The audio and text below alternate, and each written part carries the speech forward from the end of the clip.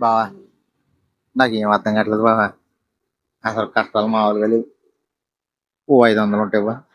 500, 5 పైసలు కూడా.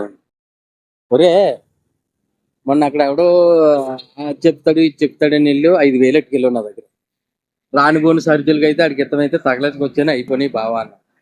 మళ్ళీ ఆడు ఎవడో ఫ్రెండ్ చెప్పాడని మళ్ళీ ఎక్కడికో వెళ్ళి అవన్నీ కాదు. మొన్న ఒక అతని పేరు చెప్పాను గుర్తుందా? డాక్టర్ ఎస్ఎన్ఎస్ఆర్ ప్రసాద్ గారు. ప్రసాద్ గారు తెలుసు కదా. ఆ, నీకు తెలియదు నాకు తెలుసు కదా. ఆ, ఆయన ఏంటో నాకు తెలుసు, ఎందుకంటే ముందుకు వెళ్ళాను కాబట్టి. ఆ, ఇవాళ అందుకనే ఆ. నాకు ఏ లోటు లేకుండా ఆయన దగ్గరికి వెళ్ళి వచ్చిన కానీ చాలా బాగుంది. ఆయన ఉన్నది ఉన్నట్టు చెప్పాడు, కానీ ఆయన చెప్పినట్టు చేశాను. కరెక్ట్ పని ఆయన. ఆ? నువ్వేం చేస్తావంటే 3వ తారీఖు, 4వ తారీఖు, 5వ తారీఖు భీమవరం వస్తున్నారు. ఆ? నీకు ఫోన్ నెంబర్ ఇస్తాను. ఫోన్ చేసి, సార్ పలానా రాజుగారు ఇచ్చారన్న నెంబరు, నాకు కొంచెం నేను చాలా మంది దగ్గరికి వెళ్ళానండి, నాకు అసలు ప్రాబ్లం క్లియర్ అవ్వలేదు సార్, నేను మీ దగ్గరికి రావాలనుకుంటున్నాను, ఏ రోజున రమ్మంటారు ఏ టైం రమ్మంటారని ఒకవేళ నువ్వు ఇచ్చేసావనుకో, ఆయన టైము డేట్ చెప్తాడు. ఆ డేటు టైంకి కరెక్ట్ వెళ్ళావనుకో,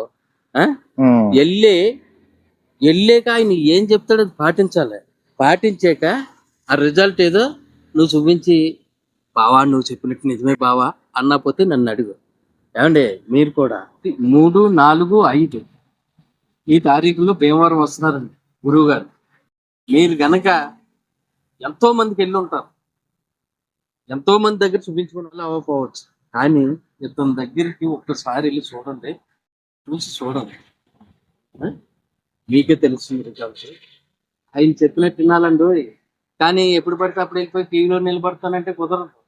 ముందే అపాయింట్మెంట్ ఆర్డర్ తీసుకుని ఆయన ఎప్పుడు ఏ డేట్ అని రమ్మంటే ఆ డేట్ని వెళ్ళాలి. ఓకే అండి, బాయ్. భీమవరం.